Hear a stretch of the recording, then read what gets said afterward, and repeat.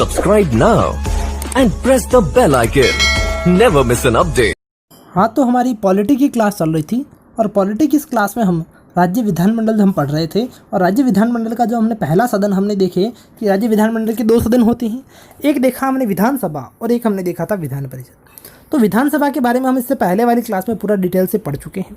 आज की क्लास में हम राज्य विधानमंडल का जो दूसरा सदन होता है, जिसे विधान परिषद कहा जाता है, उसके बारे में पूरा देखेंगे। तो जैसा कि आपको पता है, विधान परिषद जो कि राज्य विधानमंडल का दूसरा सदन है, वह भारत के सभी राज्यों में मौजूद नहीं है। भारत के केवल 5 राज्यों में ही राज्य विधानमंडल का दूसरा सदन अर्थात विधान परिषद मौजूद है। और उन 5 राज्यों के बारे में मैं आपको कल बता चुका हूँ, डिटेल से पहले पढ़ा चुका हूँ, है ना। तो अगर देखें तो भारत के केवल 5 राज्यों में ही विधान परिषद है ना। और शेष जो राज्य हैं, उन 5 राज्यों के अतिरिक्त भारत के जो राज्य है, उन राज्यों में केवल एक सदनात्मक विधानमंडल है। कैसा विधानमंडल है? एक सदनात्मक, अर्थात वहाँ पर केवल एक सदन ही है। और एक सदन कौन सा? वह सदन है आपका विधानसभा। और अगर राजस्थान के संदर्भ में बात की जाए तो राजस्थान की जो विधानमंडल है, राजस्थान का विधानमंडल भी कैसा है? एक सदनात्मक विधानमंडल है, अर्थात राजस्थान में भी केवल विधानसभा ही है। राजस्थान में भी क्या है? केवल विधानसभा। और विधान परिषद जो है राजस्थान दूसरा सदन इसका राज्य विधानमंडल का, वह राजस्थान में नहीं है। क्लियर? ये थी इसकी बेसिक बातें। अब स्टार्ट करते हैं विधान परिषद के बारे में। सबसे पहली बात, जो किसी राज्य में विधान परिषद की गठन और समाप्ति का प्रस्ताव जो होगा, उसकी सिफारिश संसद को करने का अधिकार उस राज्य की विधानसभा के पास होता है। देखो बात को समझे कि यदि किसी राज्य में विधान परिषद की स्थापना करनी है ना, जैसे कि हमारे राजस्थान की ही बात करें, हमारे राजस्थान में विधान परिषद नहीं है सब। और अगर राजस्थान में विधान परिषद की स्थापना करनी है तो राजस्थान की विधानसभा क्या करेगी? एक प्रस्ताव पारित करके उसको संसद के पास भेजती है। किसके पास भेजती है? संसद के पास। और संसद क्या करेगी? उस प्रस्ताव पर सुनवाई करने के पश्चात अगर संसद चाहिए, अगर संसद की इच्छा हुई, संसद की इच्छा पर निर्भर करता है, तो उसकी संसद की इच्छा के अनुसार राजस्थान में विधान परिषद की स्थापना की जा सकती है। सीधी बात है कि किसी राज्य में विधान परिषद की स्थापना करने के लिए संसद बाध्य नहीं होती है। कि आपने प्रस्ताव बनाकर संसद के पास भेज दिया और तो इसके लिए संसद बाध्य नहीं है, संसद बंधी हुई नहीं है कि संसद उस प्रस्ताव को सुनकर उस राज्य में विधान परिषद की स्थापना करे। क्लियर?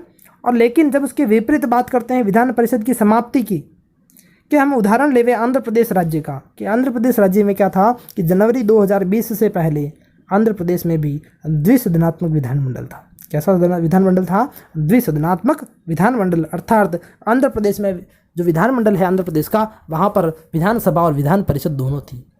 लेकिन जनवरी 2020 में आंध्र प्रदेश सरकार ने एक प्रस्ताव पारित करके संसद के पास भेजा और उस प्रस्ताव में संसद से सिफारिश की कि हमारे राज्य में जो है विधान परिषद है, उस विधान परिषद को क्या कर दिया जाए? समाप्त कर दिया जाए। अर्थात वो जो प्रस्ताव भेजा वो विधान परिषद की समाप्ति का था। अब बात का ध्यान रखें कि मैंने कहा कि विधान परिषद के गठन के लिए संसद बाध्य नहीं होती है, लेकिन विधान परिषद की समाप्ति का जो प्रस्ताव होता है, उस प्रस्ताव को मानने के लिए संसद बाध्य है। क्या है? संसद बाध्य।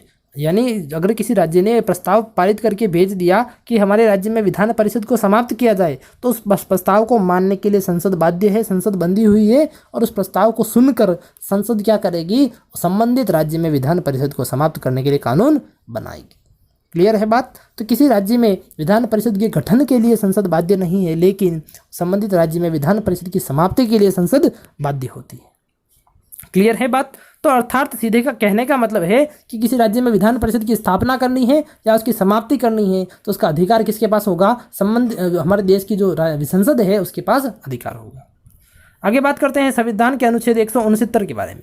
तो 169 के अनुसार कहा गया है कि यदि विधानसभा अपनी पूरी संख्या के बहुमत से, अर्थात कोई राज्य की विधानसभा है वह अपनी पूरी संख्या के बहुमत से अथवा उपस्थित व मतदान करने वाले सदस्यों की संख्या के 2/3 बहुमत से प्रस्ताव पारित करके संसद के पास भेजे, तो संसद उस राज्य के लिए विधान परिषद का सृजन कर सकती है और संसद उस राज्य के लिए विधान परिषद को समाप्त भी कर सकती है। देखिए, मैंने आपको बताया कि किसी राज्य में विधान परिषद का सृजन करने के लिए संसद बाध्य नहीं है, लेकिन विधान परिषद को समाप्त करने के लिए संसद क्या होती है? बाध्य होती है।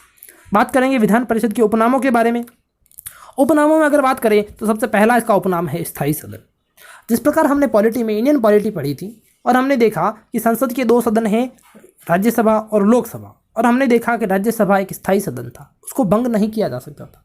उसी प्रकार राज्यों में विधानमंडल में विधान परिषद एक स्थायी सदन होता है, अर्थात इसको जो है राज्यपाल अथवा राष्ट्रपति भंग नहीं कर सकता। लेकिन इस विधानमंडल का अगर दूसरा सदन हमने पढ़ा विधानसभा, तो वह एक अस्थायी सदन था, उसको राज्यपाल भंग कर सकता था, इसलिए इसको स्थायी सदन कहा जाता है विधान परिषद को। अन्य उपनामों में देखा जाए तो दूसरा उपनाम है मनोनीत सदन। देखें इसमें क्या होता है कि राज्यपाल अपने इच्छा से कुछ व्यक्तियों को क्या करता है, मनोनीत करता है, अर्थात बिना इलेक्शन लड़े ही उनको इस विधान परिषद का क्या बना देता है, सदस्य बना सकता है, इसलिए इसको मनोनीत सदन कहा जाता है। क्लियर। अब ये मनोनीत किस प्रकार किए जाते हैं, उसका प्रावधान क्या है, वो मैं आपको आगे समझाऊंगा। तो मनोनीत सदन हो गया। अगला इसका उपनाम देखें तो यह एक वरिष्ठ सदन है। हमने देखे कि राज्य विधानमंडल के दो सदन होते हैं, एक तो विधानसभा और एक विधान परिषद।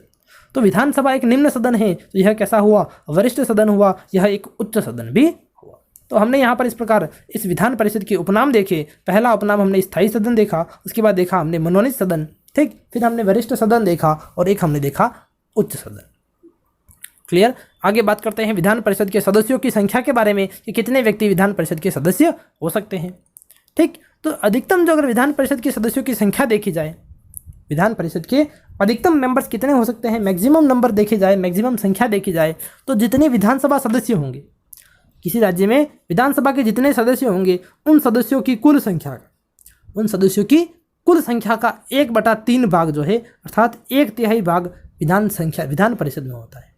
बात समझ में आ गई होगी आपको कि विधानसभा में जितने सदस्य हैं उन सदस्यों की संख्या का 1/3 सदस्य, अर्थात 1/3 सदस्य जो है वो विधानसभा में होते हैं। क्लियर है। ये तो हमने देखी अधिकतम संख्या। इसके बाद बात करते हैं न्यूनतम कितने होने चाहिए।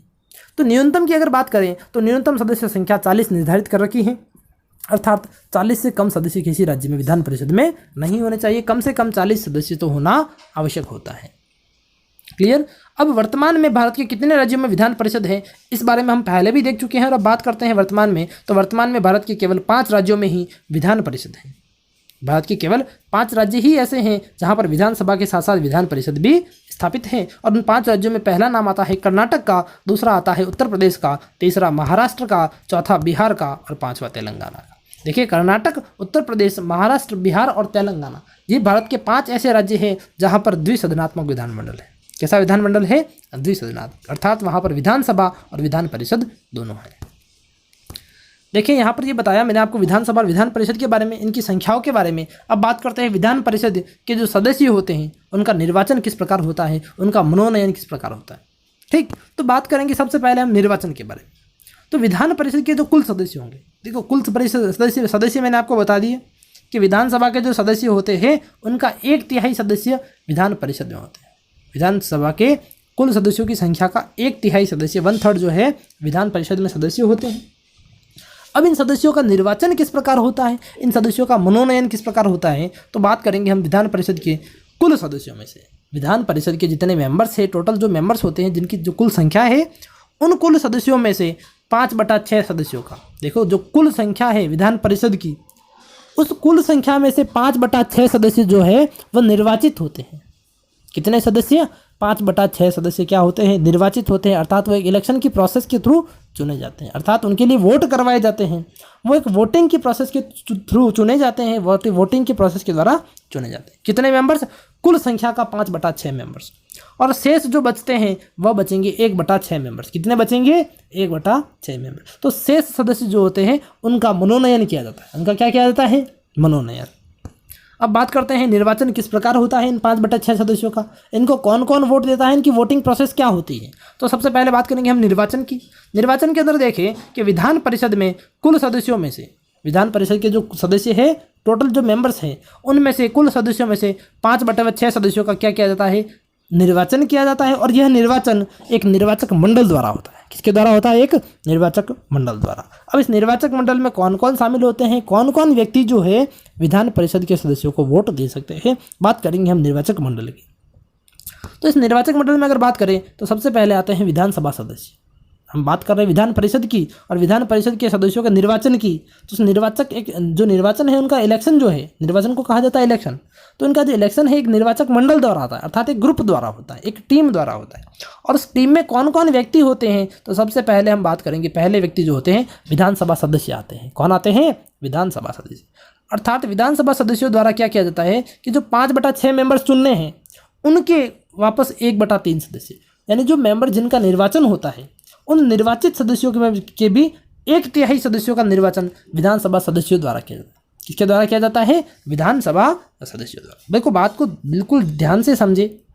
मैंने आपको सबसे पहले बताया कि विधान परिषद के जितने सदस्य होंगे उन सदस्यों में से 5/6 सदस्यों का क्या किया जाता है? निर्वाचन किया जाता है। और 1/6 जो शेष बचते हैं 1/6 उनका मनोनयन किया जाता है।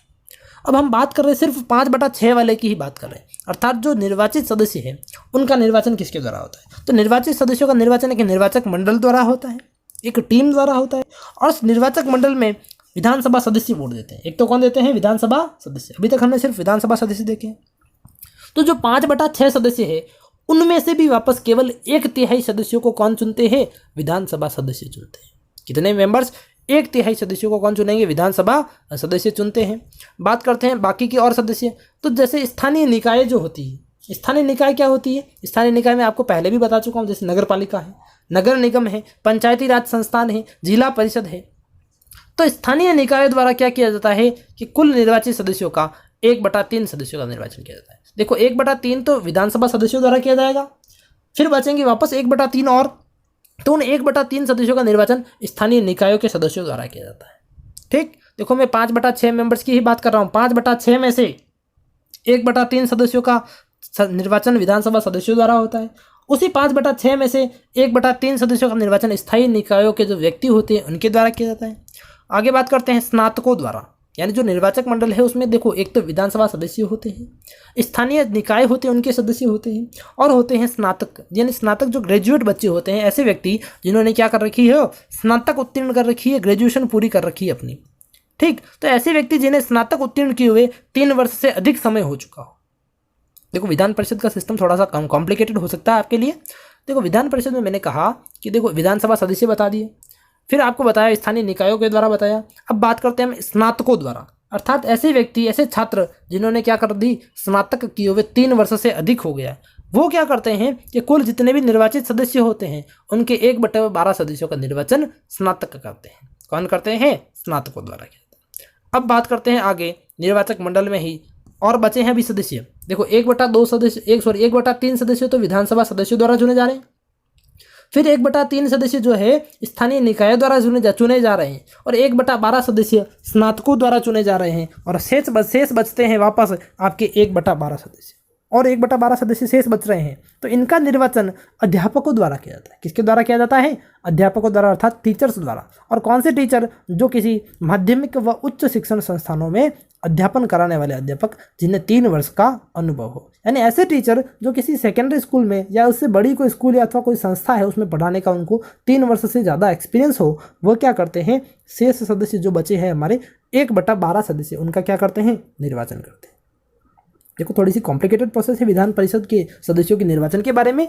बात शायद आपको समझ में आ चुकी होगी। मैंने आपको सबसे पहले कहा कि विधान परिषद के जितने सदस्य होते हैं उन सदस्यों में से 5/6 सदस्यों का निर्वाचन किया जाता है, और 1/6 सदस्यों का क्या होता है? मनोनयन होता है। बात सिर्फ मैं यहाँ पर 5/6 सदस्यों की ही कर रहा हूँ।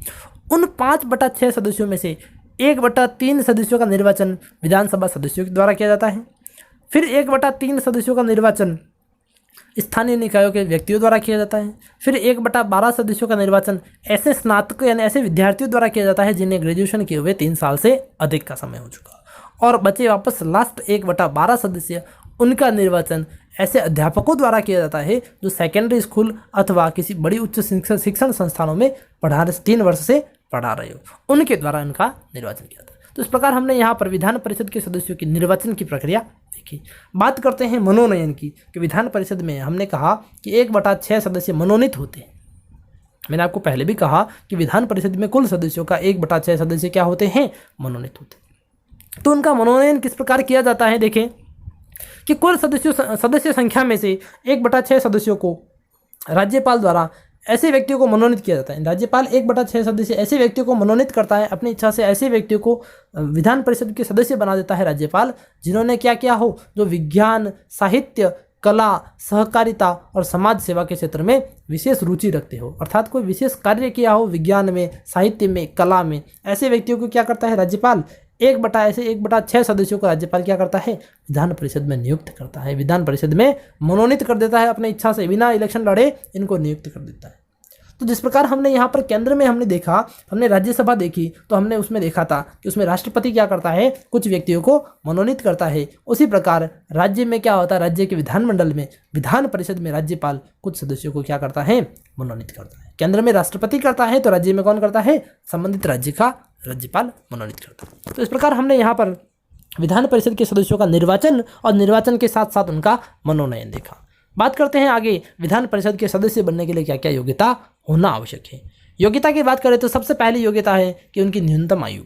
जिस प्रकार विधानसभा सदस्य की न्यूनतम आयु 25 वर्ष थी और विधानसभा एक निम्न सदन था, तो हम अगर बात करें उसकी तुलना में विधान परिषद की, विधानसभा की तुलना में विधान परिषद एक उच्च सदन है, तो विधानसभा में आयु थी 25 वर्ष, तो उसी प्रकार विधान परिषद में न्यूनतम आयु कितना होना आवश्यक है, 30 वर्ष। अर्थात विधान परिषद का सदस्य अगर कोई व्यक्ति बनना चाहता है उसके लिए न्यूनतम आयु कितनी होगी, 30 वर्ष निर्धारित की हुई है। आगे बात करते हैं, वह भारत का नागरिक होना चाहिए, वह पागल अथवा दिवालिया नहीं होना चाहिए और वह किसी लाभ के पद पर कार्यरत नहीं होना चाहिए। तो इस प्रकार हमने विधान परिषद के सदस्यों की योग्यता देखी कि पहली योग्यता उनकी न्यूनतम आयु जो है वह 30 वर्ष होना आवश्यक है, वह भारत का नागरिक होना आवश्यक है, वह पागल अथवा दिवालिया नहीं होना चाहिए। क्लियर, ये हमने बेसिक चीज़ें देख ली। अब बात करते हैं विधान परिषद के सदस्यों के कार्यकाल के बारे में कि इनका कार्यकाल कितना होता है। तो जब हमने संसद पढ़ी, जब हमने राज्यसभा पढ़ी थी, तब हमने देखा कि विधान परिषद तब हमने देखा कि राज्यसभा एक स्थायी सदन है ना, उसके सदस्यों का कार्यकाल नहीं होता है, राज्यसभा का कार्यकाल नहीं होता है, उसके सदस्यों का कार्यकाल होता है। उसी प्रकार राज्य में जो विधानमंडल है वह एक स्थायी सदन है ना, तो वह उसको तो भंग नहीं किया जा सकता, उसको समाप्त नहीं किया जा सकता, ये तो एक परमानेंट हाउस होता है ना। तो इसके जो है यह एक स्थायी सदन है और इसके सदस्यों का कार्यकाल होता है। तो राज्यसभा के सदस्यों का कार्यकाल 6 वर्ष था। उसी प्रकार राज्यों में विधान परिषद के जो सदस्य होते हैं उनके सदस्यों का कार्यकाल भी कितना होता है, 6 वर्ष होता है। जिस प्रकार राज्यसभा के सदस्य प्रति 2 वर्ष बाद 1/3 सदस्य सेवानिवृत्त हो रहे थे, उसी प्रकार विधान परिषद में भी क्या होता है, जो सदस्य होंगे उनके 1/3 सदस्य प्रति 2 वर्ष बाद क्या होंगे, सेवानिवृत्त हो जाते हैं। तो यह हमने देखा कार्यकाल। बात करेंगे अधिवेशन अथवा सत्र की, कि अधिवेशन और सत्र क्या होता है। तो जब हमने अधिवेशन देखा तो अधिवेशन का सीधा मतलब होता है कि बैठक अथवा मीटिंग। अधिवेशन का मीनिंग क्या होता है, बैठक अथवा मीटिंग से है, ठीक। तो अधिवेशन से तात्पर्य है बैठक से। और विधान परिषद की 1 वर्ष में न्यूनतम 2 बैठक अर्थात अधिवेशन होना आवश्यक है। अर्थात विधान परिषद जो है उसकी 1 साल में 2 बैठकें होना आवश्यक होता है, 2 बैठक 1 साल में होना कंपलसरी होती है। और दोनों बैठकों के बीच 6 माह से अधिक का अंतर नहीं होना चाहिए। क्लियर है, ये बात देखिए हमने अधिवेशन की। अब बात करेंगे गणपूर्ति अथवा कोरम की, कि कितने व्यक्ति, गणपूर्ति और कोरम का मतलब सीधा कि जो मीटिंग होती है, जो अधिवेशन होता है, उसमें न्यूनतम कितने व्यक्ति उपस्थित होने चाहिए। गणपूर्ति का सीधा मतलब है कि जो मीटिंग होती है, जो बैठक होती है विधान परिषद की, उस मीटिंग में कितने व्यक्तियों का न्यूनतम यानी मिनिमम कितने मेंबर्स उसमें प्रेजेंट होने जरूरी है, उसको कहा जाता है गणपूर्ति अथवा कोरम। तो बात करेंगे गणपूर्ति और कोरम के बारे में कि किसी बैठक या अधिवेशन के लिए न्यूनतम सदस्यों की उपस्थिति गणपूर्ति या कोरम कहलाती है। अभी मैंने आपको बताया। आगे बात करते हैं कि विधान परिषद हेतु न्यूनतम गणपूर्ति कितनी होती है। तो विधान परिषद हेतु न्यूनतम गणपूर्ति है कुल सदस्यों का 1/10 सदस्य आवश्यक है, यानी जितने मेंबर्स है उसका 1/10 मेंबर्स वहाँ पर होना जरूरी है, उस मीटिंग के लिए होना आवश्यक होता है। इस प्रकार हमने यहाँ पर विधानसभा के अधिवेशन देखे, गणपूर्ति अथवा कोरम देखी, योग्यताएं देखी। अब बात करते हैं विधानसभा के पदाधिकारियों के बारे में कि कौन कौन इसके पदाधिकारी होते हैं। तो विधान परिषद में क्या होगा, जिस प्रकार विधानसभा में एक अध्यक्ष और एक उपाध्यक्ष होता है, उसी प्रकार विधान परिषद में पदाधिकारियों में एक सभापति और एक उपसभापति होता है। एक सभापति और एक क्या होगा, एक उपसभापति। और विधान परिषद में सभापति कौन होगा और उपसभापति कौन होगा, यह विधान परिषद के सदस्यों में से ही निर्धारित किया जाता है। विधान परिषद के जो सदस्य होते हैं उनमें से ही किसी एक सदस्य को सभापति और एक को उपसभापति बनाया जाता है। बात का ध्यान रखिए, स्पेशल बात है, ऐसा नहीं कि आप राज्यपाल रख दें, क्योंकि जब हमने राज्यसभा पढ़ी तब हमने देखा राज्यसभा का सभापति राज्यपाल उपराष्ट्रपति होता है। जब हमने राज्यसभा पढ़ी तब हमने देखा कि राज्यसभा का सभापति उपराष्ट्रपति होता है, लेकिन राज्य में ऐसा कोई सिस्टम नहीं है। ऐसा नहीं कि आप वहाँ पर राज्यपाल रख दो। राज्य में क्या होता है, राज्य का जो विधान परिषद होगा उस विधान परिषद का सभापति और उपसभापति उसके सदस्यों में से ही चुना जाता है। क्लियर, आगे देखें साहब, यह सभापति एवं उपसभापति पदाधिकारी के रूप में शपथ नहीं लेते, अर्थात यह किसी सभापति और उपसभापति की शपथ नहीं लेते, यह विधान परिषद के सदस्य के रूप में ही शपथ लेते हैं। अब बात करते हैं इन पदाधिकारियों को किस प्रकार पद से हटाया जा सकता है, इनको किस प्रकार अपने पद से हटाया जा सकता है पदाधिकारियों को, अर्थात अध्यक्ष और सभापति और उपसभापति को पद से हटाने की प्रक्रिया के बारे में बात करेंगे। तो विधान परिषद सभापति एवं उपसभापति को पद से हटाने का प्रस्ताव विधान परिषद में लाया जाएगा, क्योंकि ये सदस्य किसके हैं, विधान परिषद के, तो इसका प्रस्ताव भी किसमें लाया जाएगा, विधान परिषद में एक प्रस्ताव लाया जाएगा।